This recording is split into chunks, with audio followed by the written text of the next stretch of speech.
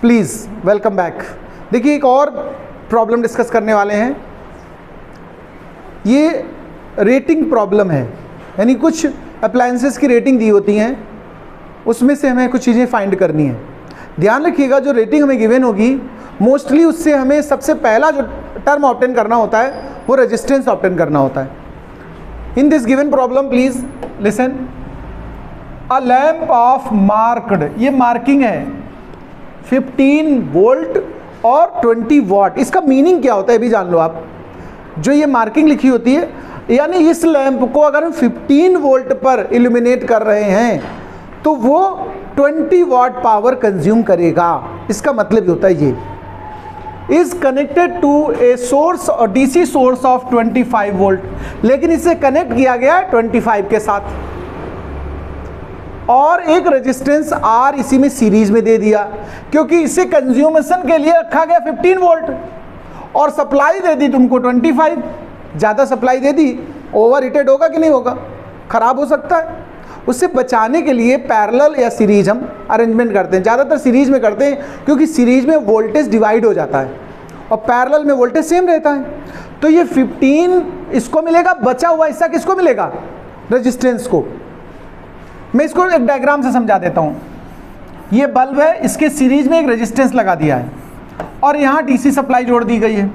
DC मतलब battery वगैरह, इसको हम 25 वोल्ट डीसी से अप्लाई कर रहे हैं। ये हमारा लैंप है और ये हमारा रेजिस्टेंस R है। सीरीज होने की वजह से करंट दोनों में सेम पहुंचेगी। अब हमें क्वेश्चन यहाँ पर क्या करना, पहले बात करता हूँ करंट इन सर्किट। तो जो करंट लैंप में होगी वही करंट R में होगी। हम करंट इससे निकाल सकते हैं लैंप की जो रीडिंग दी गई है। देखो एक फार्मूला होता है, पहले वर्क डन का समझ लो। VIT सुना कि नहीं सुना आप लोगों ने? ये work done in any electric circuit के लिए फॉर्मूला है। इससे हम पावर फाइंड कर सकते हैं। पावर होती है हमारी W/T, तो यहाँ से जब T से डिवाइड कर दोगे तो क्या बचेगा, V × I। तो पावर का एक रिलेशन हमारे पास क्या आ गया, V × I। यहाँ हम पावर के 2-3 रिलेशन लिख देना चाहते हैं जिससे कि आप आगे के क्वेश्चंस में आसानी से कर पाएँ। अच्छा, V = IR होता ही है, तो अगर हम यहाँ V रिप्लेस कर दें तो हम इसको क्या बना सकते हैं, I²R। एक बार और समझ लो, अगर I को रिप्लेस कर दें V/R से, देखो तो जब इस जगह I को रिप्लेस कर दोगे तो V 2 बार हो जाएगा, तो V²R। ये पावर के तीनों फार्मूले आप याद कर लीजिएगा। अकॉर्डिंग टू क्वेश्चन हम इनमें से कोई यूज़ करेंगे। बहुत से क्वेश्चन हैं जिनमें ये चीज़ें यूज़ हो रही हैं। फिलहाल इस क्वेश्चन की बात करते हैं। फर्स्ट पार्ट यानी करंट चाहिए हमें। वोल्टेज गिवन है, लैंप का कितना वोल्टेज है हमारे लैंप के पास, 15 वोल्ट और 20 वॉट। देखिए V गिवन है यहाँ पर इस टॉपिक पे, पावर गिवन है 20 और हमसे पूछा क्या है, करंट विड्रॉ फाइंड करनी है। तो भाई सीधा P = VI होता है कि नहीं बताओ। तो I = हम लोग ले लेंगे P/V। पावर हमारे पास 20 और V हमारे पास 15, यानी 3 4 5 5 4 जा 5 3 जा 4/3 कर देंगे, या फिर इसको डेसिमल में कन्वर्ट कर दो।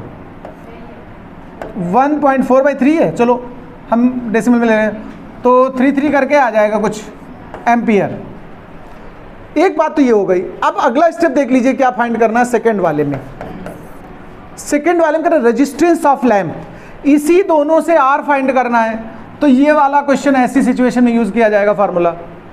तो R = बन जाएगा V²/P और V हमारे पास है 15 15/20।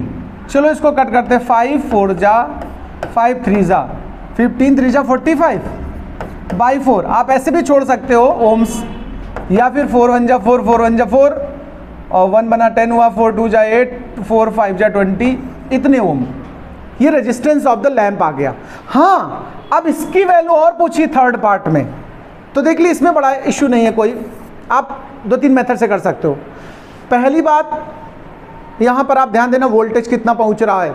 जब ये 15 यूज़ कर रहा है और पूरी सप्लाई ने कितना दिया है 25, तो इसके हिस्से में कितना वोल्टेज गया बताओ, 10 गया।